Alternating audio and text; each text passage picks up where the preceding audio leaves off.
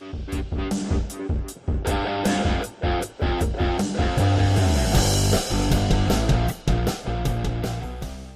what's going on, everybody? Today is May 13th, 2024. You're listening and watching the Daily AI Show live. And today we are here to talk about the future of the internet. I should have said that in a cooler voice. The future of the internet. We have Jyunmi, Beth, Karl, Andy. I'm Brian. And we'll get into this in a second, but I wanted to give a quick plug, to us, frankly. If you want to be like 200, let's see, almost 100 people in the last 7 days. If you want to be cool like them, you'll do us a favor if you're watching us on YouTube or Spotify or anywhere else, and click that subscribe button. I know you get that a lot on the other YouTube videos, but we are growing. We were just looking at our numbers. We're talking about it on Friday on our 200 show, and it would mean a ton to us if you would subscribe and come back and watch us. The numbers are it feels like doubling every week. And so we just want to start doing a better job of bringing that to your attention. So just want to bring it up real quick at the top of the show. Okay, on to today's show. So Karl, you're the one that actually, I think, I might be wrong on this, maybe it was Beth, that I remember, I think, seeing this initially in the Slack channel that we have. We always talk about our back-end Slack channel. And it came from a woman named Sinead Bovell, who is a futurist. And she had a clip that she shared, I think, on X, talking about what we need to be thinking about in terms of the future of the internet, meaning essentially, the internet that we know and built in the 90s isn't really prepared. Some would say today, but definitely in the future for AI. So, Karl, do you want to kind of give us maybe like a starting point, and then what I'll do is I'll pull up Sinead's her clip real quick, and we'll make sure we play that as well. Yeah, the reason why I put this out, and I think there's two clips, and we should put up Sinead's one, but the other clip was Sam Altman talking about who was on the All In podcast talking about the AI senior employee.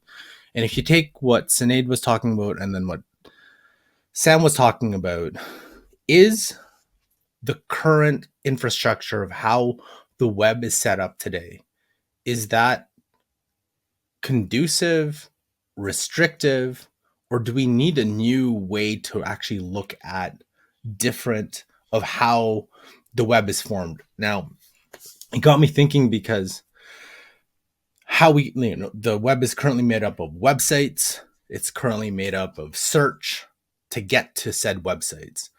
And everything is based on, the mouse or your I have like a touchpad, but still pointer click to find. Everything that we've talked about the past couple of weeks, an agent going out to do something for you, the AI senior employee being able to collect all that stuff. Then you have talks about OpenAI's search, AI search in general. Then you have plus agents, plus the other one. it was a crazier one. It was the founder of Bumble saying that the future of dating will be, your AI agent will be dating, quote unquote, reviewing the other AI agent. It'll be more like a hiring type. Hey, does these all things match? If they do, okay, we recommend to both parties, to our respective owners, quote unquote. The humans get involved. Then the humans get involved. And I remember I was talking about this way back last summer, and it was like, there's a lot of from a dating perspective, there's a lot of wasted time not actually interacting with people. There's a lot of you have your app, and then, there's a lot of conversations, a lot of messages back and forth, and then you take it to messaging on text or WhatsApp or whatever, and then you meet. What if that can be handled for you, and you just go out and meet people?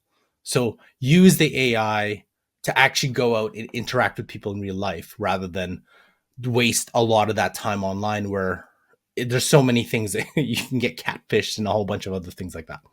But that's a dating, that's on a completely different note. But I would wanted to have a discussion on, hey, is the current way that it's set up with things that are coming, including maybe today's announcement, voice and visual, how would that play into? And even I was thinking about websites, like how are they set up? And, are they ready for the interactions that all these AI companies are hoping that they do, or do we stick with what we know? I think why don't we start by playing Sinead's clip because she does talk about one potential solution that we're all familiar with. So we'll talk about that after hers. And also, I just want to make mention because Karl mentioned it today. We record this at 10 a.m. Eastern every weekday, and so we are 3 hours before when OpenAI will have their announcement today, whatever that might be. So we will cover whatever that is on tomorrow's show. So just want to make sure that if anybody's listening to this later in the day, we're in the past. We don't know what happened at 1 o'clock because we're not there yet. So we can't bring that into this particular topic, but that's okay because this is really more about the internet. So let's bring up Sinead's clip here really quick, and actually moved it forward just a little bit to the back half of the minute and a half here. So let's just listen real quick. It can, but it doesn't have to. So authentication could mean we look more critically at moving towards a blockchain infrastructure where people are still relatively anonymous, but you can trace where content started. Or even working with social media companies to ask them to embed metadata when a piece of content gets uploaded, that gets traced throughout the internet so we can see if it does cause harm. The original post was by R2D2121 with 5 followers. That may allude us to this is probably AI, a bot, or somebody or something trying to cause harm. It's not something that we should actually take seriously. So it's going to take a consolidated effort between multiple big players on the internet, but we're going to have to think more critically about these structural changes to our information ecosystem if we do want to make it through the information age with AI. And I want to give credit where credit is due. I have it up here. Just let me share my tab real quick. This actually comes from a longer 25-minute great interview with Sinead. So I highly recommend that. And that you can find out at tvo.org. I guess this is a Canadian channel, or maybe it's only on tvo.me. But anyway, tvo.org. And then the title of this is Can Canada Keep Up with AI? So that's the longer 25-minute conversation. And it was a great interview. I watched it earlier this morning on kind of like 2-speed and listen to it. And Sinead brings up some great points, but I also want to give credit to the interviewer because he did a great job just bringing in some of the human, like, hey, I'm a dad, we're a parent, I have a 12-year-old, these things are going on, and so Sinead just did a really great job to back and forth. So just wanted to give credit where credit was due there. So Sinead brings up something that, we're all familiar with, obviously was maybe much more in the news 2-3 years ago, and that's blockchain. And of course, blockchain and crypto kind of got meshed together in a lot of ways because blockchain technology is used as part of cryptocurrency and decentralization and all these other things. And I don't know, I want to say because of where crypto is and stuff, for a lot of people, it got a bad rap. Which is unfortunate because blockchain technology not only is already being used in industries like finance for very, very serious things, but it does have the potential to help. And maybe it is somewhere in social media, but I love what she said about this idea of tracing back without necessarily breaking somebody's privacy. That if I post something that's a deep fake or otherwise, and it pops up, like she said, R2D2121, whatever it was, and it pops up 5 hours ago, that we have the ability through like a blockchain to say, hold on a second, that came from here. That's its origin. We can trace the whole thing. Or it was an original video and we can see that it was manipulated using blockchain. And we can now reasonably say that this is fake or this is malicious or it has malintent or whatever the case may be. And this is something we need not just for social media, but to your point, Karl, maybe across the internet as we start to see more and more websites use AI to give you a truly unique experience, because I do believe that's coming with the internet, is that you will land on a page and forget cookies, forget the fact that it knows a little bit about you and your cache.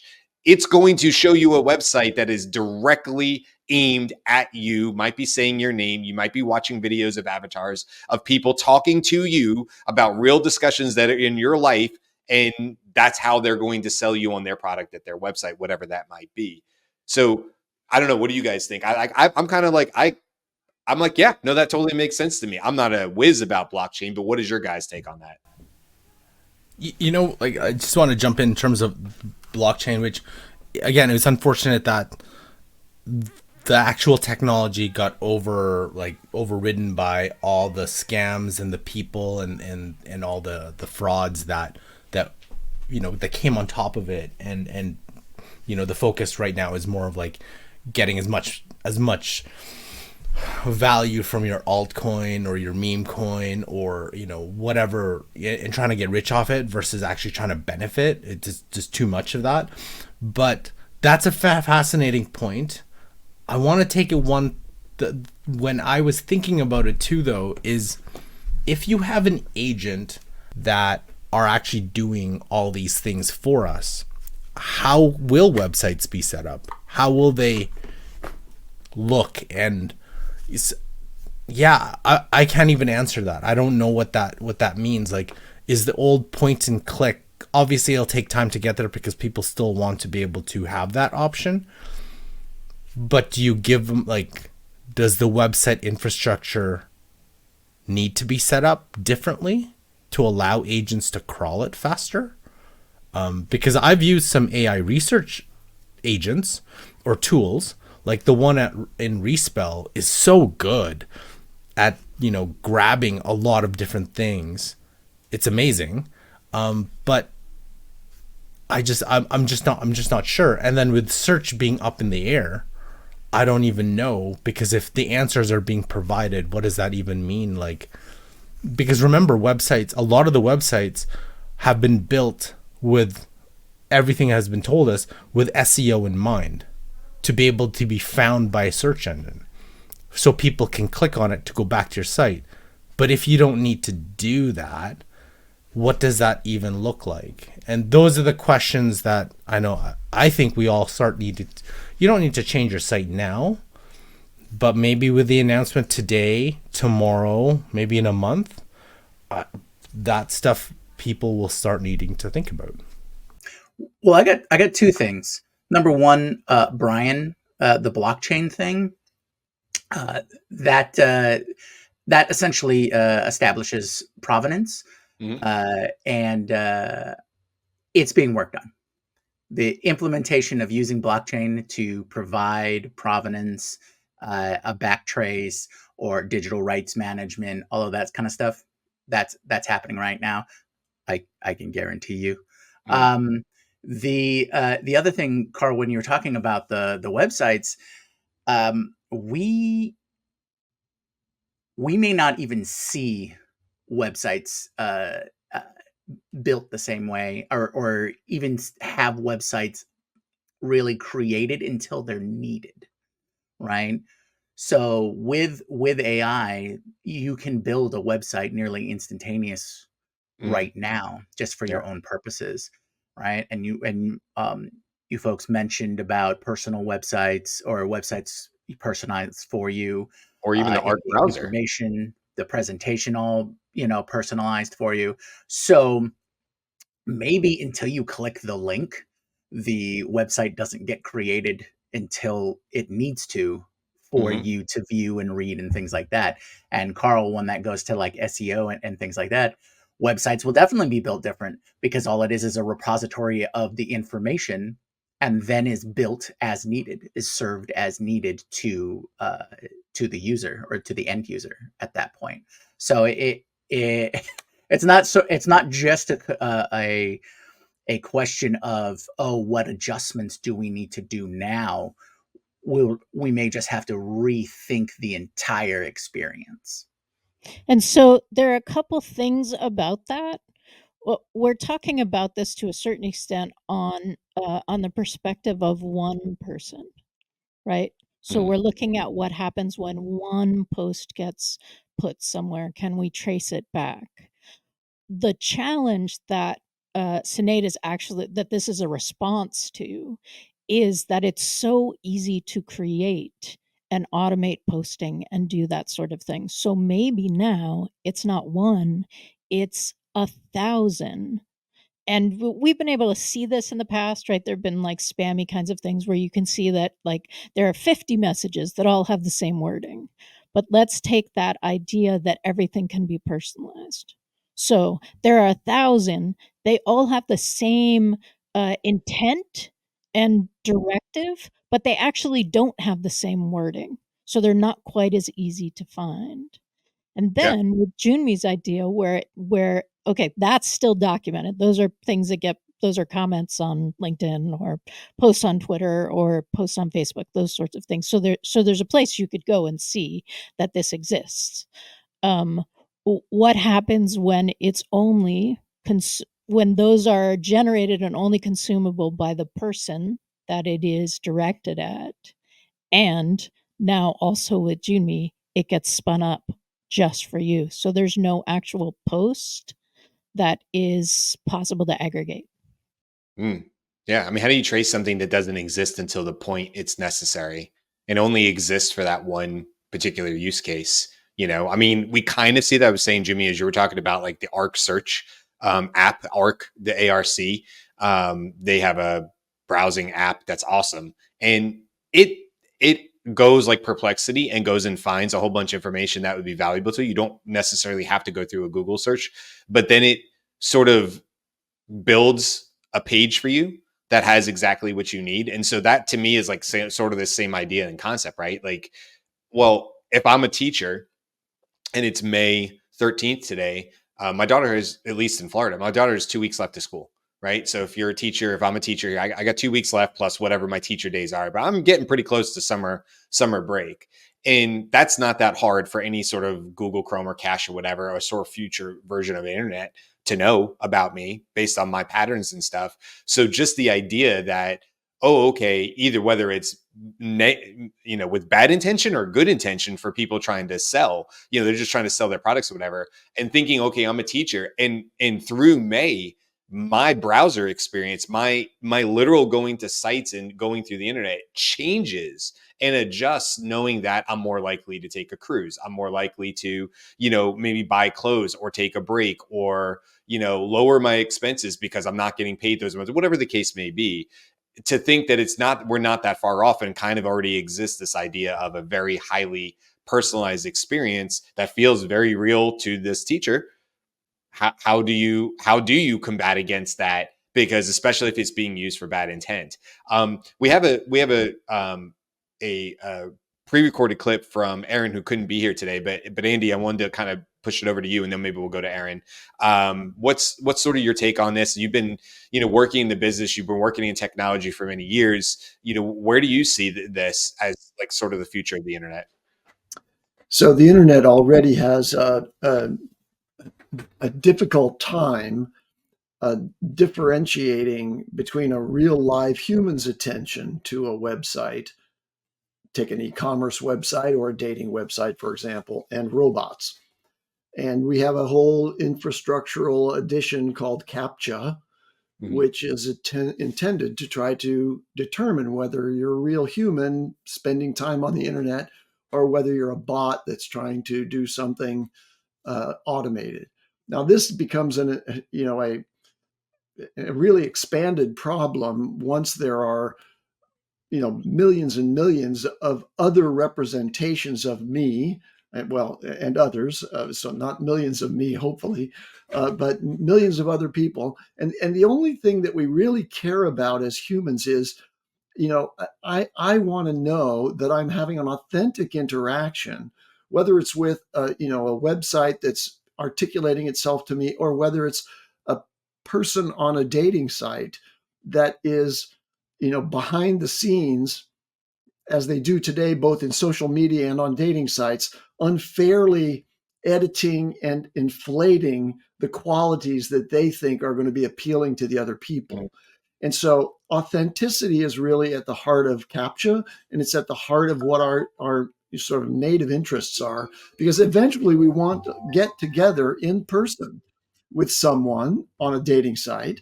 And we don't want to be disappointed by finding that what I saw or what my agent saw on that website about that person isn't really true.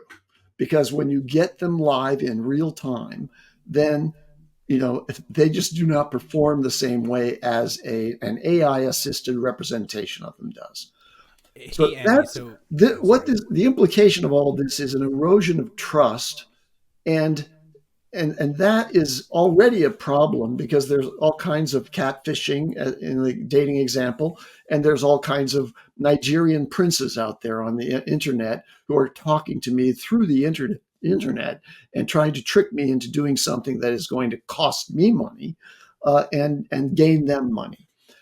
So I'm not convinced that there's any solution to that other than some kind of biometric authentication for a real-time interaction, whether with an AI agent or with a real person. Because I'm okay, being tested by an AI representative of the person I'm eventually going to date, right? But I want to make sure that, and they want to make sure that it's actually me providing real-time responses as representative of who I am, how I think, extemporaneously, not with the benefit of being articulated either both in my words or my visual presentation by an AI that's in real time converting me. So the biometric and the non-manipulated version of me, there has to be something that's added to the internet that provides that now, simply because there's so great a multiplication of artificial actors. What do you mean by biometric? Like, I have a 1080p webcam up here, and my iris is a valid verification of who I am. But that can be spoofed by an AI video avatar of me, we think. But that's a question that I'm not sure of. I've dabbled in biometric authentication before, and iris seems to be the easiest standoff kind of measure. But it could be that I need to have something that's more not as spoofable by really high resolution video, generation. Because all I have to do is provide video of me and my irises, and then an iris scanner is going to be fooled by the video if it's happening over the internet that way. So maybe there's something that actually hooks up, ultimately neurally to my Neuralink, if you will, or maybe it's as simple as I played with this cardiobiometric authentication.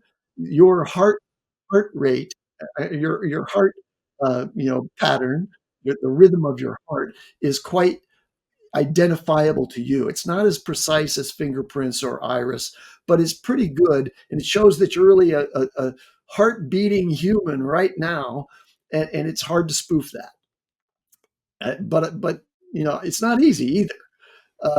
My So dating app would have to know, that my heart rate goes up and spikes every time I had to get on the app and use it. yeah, or an AI would be able to determine that in response to an actual conversation, the variability of my heart rate patterns is authentically matching what a human would do in that certain context. So Yeah. it's going to be a space race. We're going to have to try to stay ahead of it always. But in Yeah. order to avoid the complete elimination of trust in anything you see or read or do online, we have to have something that can authenticate you as a human right now, real time. And by the way, the one thing that you can be certain of is that we're live right now. We're live humans because we're doing a live broadcast, except now go to Aaron.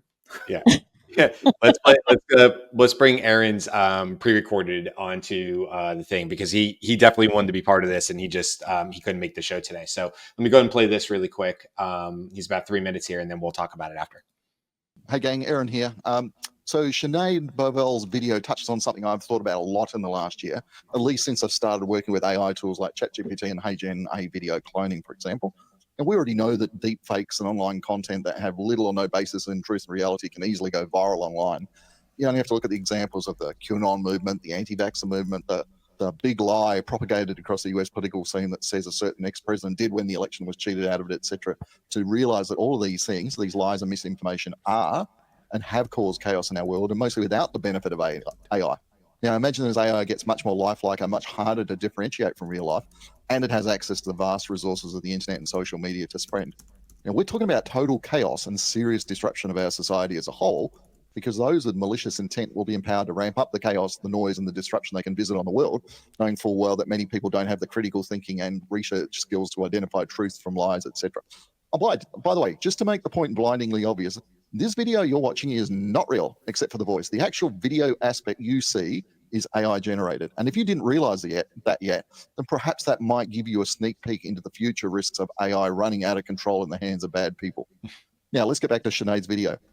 When I first started watching it, I immediately thought about the blockchain as a possible solution before she mentioned this. Now, it doesn't mean I'm extra smart or anything. I just happen to know that one of the features of that kind of technology would be a possible tool to help reduce or minimize the disruption AI can cause in the future.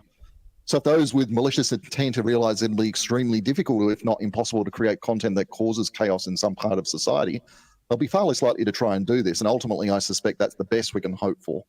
Today's world already has enough problems from quote-unquote fake news, lies, and propaganda without letting a veritable fire hose of more malicious AI-generated content into the world. Now, whether blockchain technology as we currently know it is a viable solution, or whether we need something far more advanced to mitigate the issue, I honestly don't know. But at this point, it's something I believe we as a society need to address as a whole, and soon. I think AI will likely introduce a quote-unquote arms race between the truth and lies getting online for people to hear. And both sides of the coin will ultimately suffer from the impact of this Cold War of dog-eat-dog, man versus man fight. In the end, the ultimate loser from this scenario is the truth, and humanity as a whole will suffer massively for that. Now, I personally believe this issue is raised by Sinead and probably other people like her requires immediate and urgent attention if we're not to see a society that burns itself down to a cinder in the long run. Okay. And my apologies there, because I didn't realize until the rest of the crew said in the back channel that it felt sped up, that I probably had this at 1.25. So my apologies to Aaron. And if that sounded a little fast, it's because it was a little sped up on my side. I've been watching previous videos and forgot to adjust it. So, but yeah, thoughts on what Aaron was saying. And obviously the idea that he's using Hey Gen, that kind of speaks to this whole conversation, right? If you didn't initially realize or have any reason to believe that his video was an AI avatar, is that kind of saying exactly what we're talking about here, And if you were watching part of the live, go ahead and go to the channel and look at the actual video, because there was some stuttering kind of in the visual of the live potential. Like it that isn't in the original video. I think I like, we need to do this before it all gets burned down. Like, yes, and wow, what a turn of phrase, what an image. I do think that one of the things that isn't being highlighted in this conversation, we're talking about the tech, and really the tech is in service to the people, and the people are the weak link, right? The people who are going to believe the fake content, the people who don't know that that is possible to do in fake content. Like, I think one key part of this, even like as we add in all of the pieces, is an educated populace, and it is an educated like humanity, since it's not nationality specific or English speaking specific. I think that's a real key piece, because this is most effective when it doesn't occur to you that it could be fake. Yeah, and we've already seen examples of this. What was it? The transferring of $400,000 out of an account at a company that was done.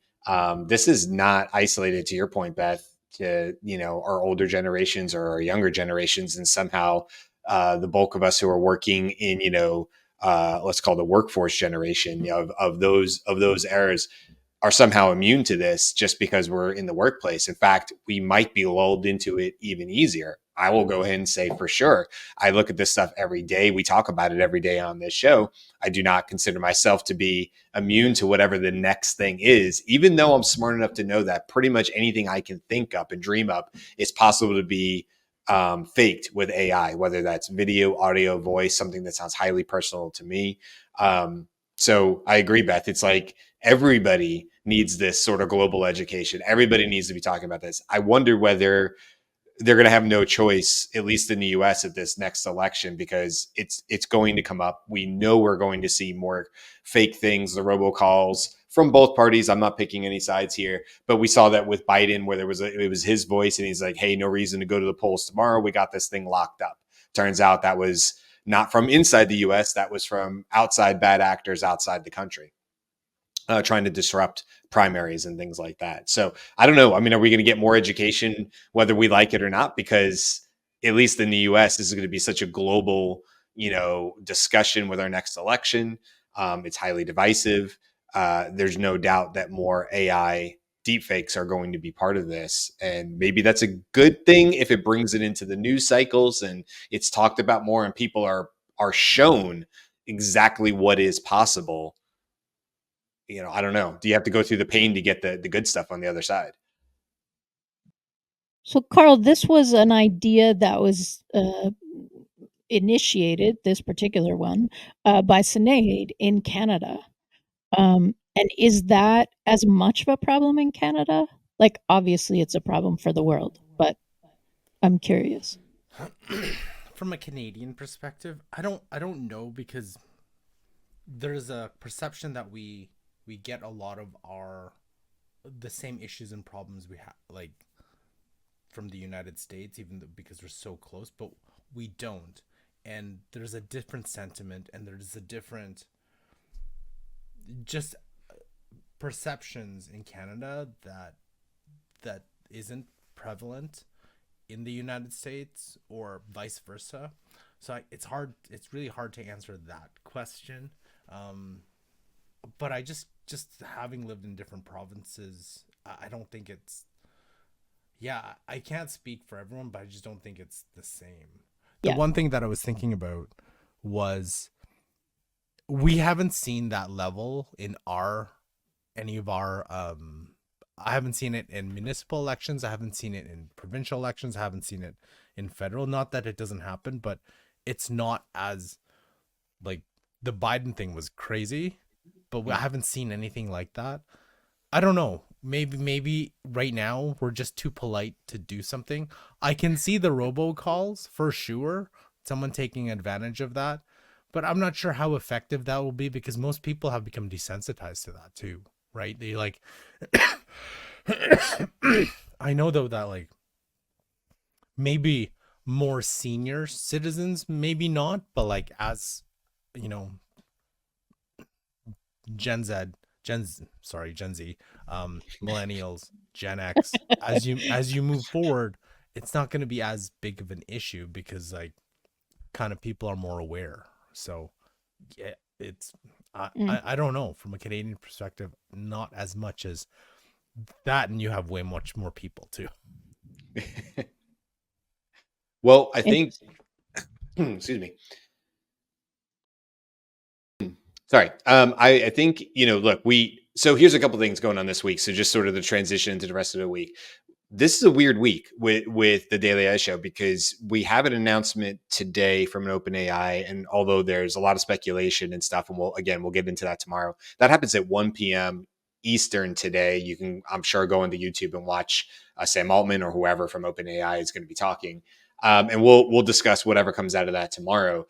But then you also have Google's I/O is tomorrow, and so we want to talk about, because they've already said it's going to be all AI, and there's some predictions about something called Pixie, which may be an AI assistant on Pixels, their devices. So just a lot going on with AI, and so we sort of purposely not really thrown a whole lot up as far as schedule, because we don't quite know where things are going to go. We want to make sure we act. So tomorrow we'll be talking about OpenAI. Wednesday is the news, as always. Thursday might be a whole show about more like Google, and is Google really actually in the AI lead, if you will, or are they leading the AI race? Even though they get a lot of, we joke about them a lot, and Karl in Canada and stuff. But when you look at what they're doing with DeepMind, when you look at what they're doing AlphaFold 3, which is just amazing in terms of the medical side. I think there's a lot to be talked about with Google. So that might be Thursday's show. And then Friday, we're going to have a review, which at this point, we believe is going to be Anthropic's console, which is actually really, really cool. Been using it over the weekend. So hang with us as we go this week. Whatever we're talking about, it will be great. I'm sure we will come with you and we will give you our thoughts on it along the way. But we'll wrap today up and just see where the rest of the day goes. So come hang out with us tomorrow to unwrap whatever OpenAI says today. Maybe it'll be amazing. Maybe it'll be just the next step towards agents. We'll see. It'll be interesting. And okay. Sorry. Go to YouTube, smash that like button. Please, yes. Yeah. Be like everybody else. Everybody else is doing it, guys. Just be like everybody else. All Happy right, we'll Monday. see everybody tomorrow. Bye. Aloha.